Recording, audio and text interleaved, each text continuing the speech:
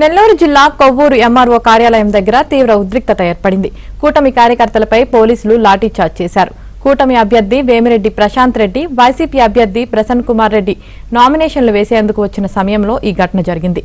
పోలీసులు ప్రసన్న కుమార్ రెడ్డి వెంట 7 నేతలను లోపలికి వెళ్లేందుకు అనుమతిచ్చారు.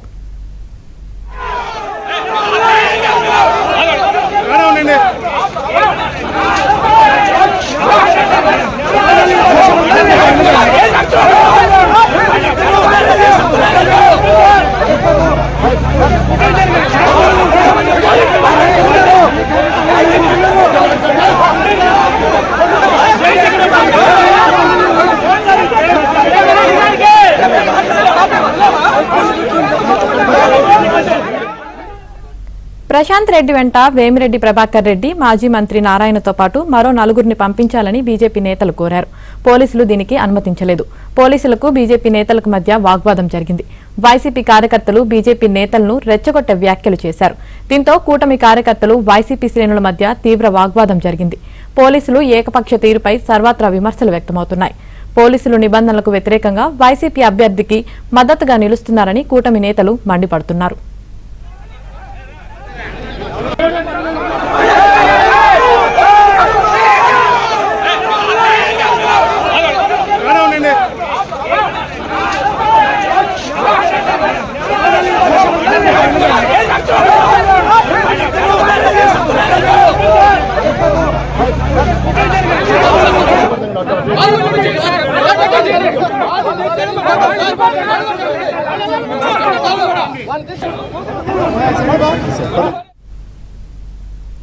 నెల్లూరు జిల్లాలో పోలీసులు ఏకపక్షంగా వ్యవహరించిన తీరుపై సర్వత్రా విమర్శలు వ్యక్తమవుతున్నాయి. దీనికి సంబంధించి మరింత సమాచారం మా ప్రతినిధి మహేష్ అందిస్తారు. మహేష్.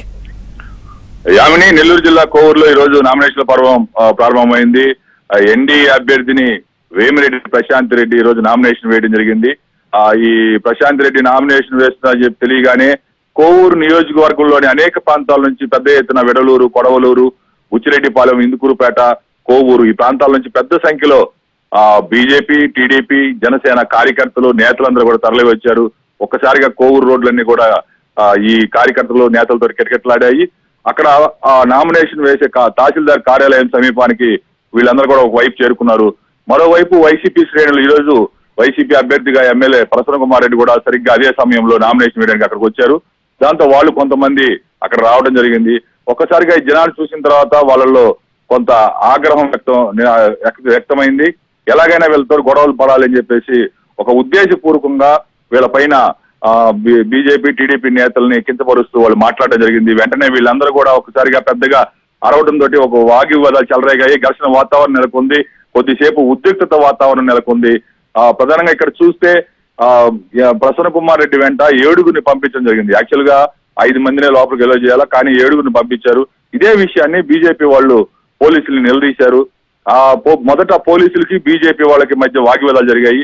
ఆ సమయంలోనే వైసీపీ వాళ్ళు బీజేపీ వాళ్ళకి ఎన్ని ఓట్లు ఉన్నాయంటూ రెచ్చగొట్టే విధంగా వ్యాఖ్యలు చేయడం జరిగింది.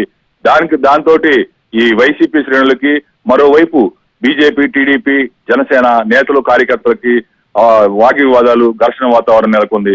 మొత్తం మీద చూస్తే కోవూరులో రోజు రోజుకి కూడా రాజకీయ సమీకరణాలు శరవేగంగా మారిపోతూ ఉన్నాయి. ఎప్పుడైతే ప్రశాంత్ రెడ్డిని ఎన్డీఏ అభ్యర్థిగా ప్రకటించారో ఆ రోజు నుంచి కూడా పెద్ద ఎత్తున వైసీపీ నుంచి టీడీపీలోకి వలసలు కొనసాగుతున్నాయి. ఏ గ్రామానికి వెళ్ళినా కూడా పెద్ద ఎత్తున కార్యకర్తలు, నేతలు వైసీపీ నుంచి వీడిపోయి అక్కడ అవినీతి అక్రమాలు ఎక్కువైపోయాయి. కనీసమైనటువంటి గౌరవం లేదని చెప్పి ఆ గౌరవం కోసం టీడీపీలోకి చేరుతూ ఉన్నారు. యాక్చువల్ గా ఈ నేతలు వాళ్ళ దగ్గరికి వెళ్ళటం కంటే కూడా వాళ్లే పల్లెలు కదిలి వచ్చి వేమిరెడ్డి వారి ఇంటికి వచ్చి ఆ వేమిరెడ్డి వాళ్ళ సమక్షంలో టీడీపీలో చేరుతున్నటువంటి పరిస్థితి ఉంది. కోవూరు మొత్తం కూడా ఖాళీ అయిపోతున్న నేపథ్యంలో వాళ్ళలో ఆగ్రహావేశాలు కట్టలు తెగుతున్నాయి. ఏమైపోతామో అనే ఒక ఓటమి భయం వాళ్ళు వెంటాడుతుంది. ఈ నేపథ్యంలో ఏదో విధంగా గొడవలు సృష్టించాలని కూడా వాళ్ళు ప్రయత్నాలు చేస్తున్నట్టుగా మనకి ఈ సంఘటన బట్టి అర్థమవుతుంది. మొత్తం మీద అక్కడ పోలీసుల తీరుపైన కూడా తీవ్ర విమర్శలు వ్యక్తమయ్యాయి. వాళ్ళు ఏకపక్షంగా ఈ బీజేపీ, టీడీపీ, జనసేన కార్యకర్తలు, నేతలపైనే వాళ్ళు లాఠీ చార్జ్ చేయడం కూడా జరిగింది. దీనిపైన కూడా వాళ్ళు తీవ్రంగా మండిపడుతున్నారు. పోలీసులు అధికార పార్టీకి తొత్తులుగా వ్యవహరిస్తున్నారంటూ వాళ్ళంతా కూడా ఆరోపించడం జరిగింది. పోలీసులు తీరు పైన అక్కడ స్థానికంగా చూసినటువంటి వాళ్ళందరిలో కూడా తీవ్రమైనటువంటి విమర్శలు వ్యక్తం కావడం జరిగింది. మొత్తం మీద వైసీపీకి ఓటమి భయంతో ఏం చేయాలో అర్థం కాక చివరికి నామినేషన్ రోజునే ఈ గొడవలు సృష్టిస్తూ ఉన్నారు. రేపు ఎన్నికల సమయానికి ఇంకా ఎన్నెన్ని గొడవలు సృష్టిస్తారని ప్రజల్లో చర్చ జరుగుతుంది. ఇలాంటి గొడవలు జరగకుండా ఏకపక్షంగా వ్యవహరించకుండా అందరికి ప్రజాస్వామ్య బద్దంగా ఈ ఎన్నికలు జరిగేలాగా చూడాలని చెప్పి కోవూరు నియోజకవర్గ ప్రజలే కాదు నెల్లూరు జిల్లా వాసులందరూ కూడా కోరుతూ ఉన్నారు.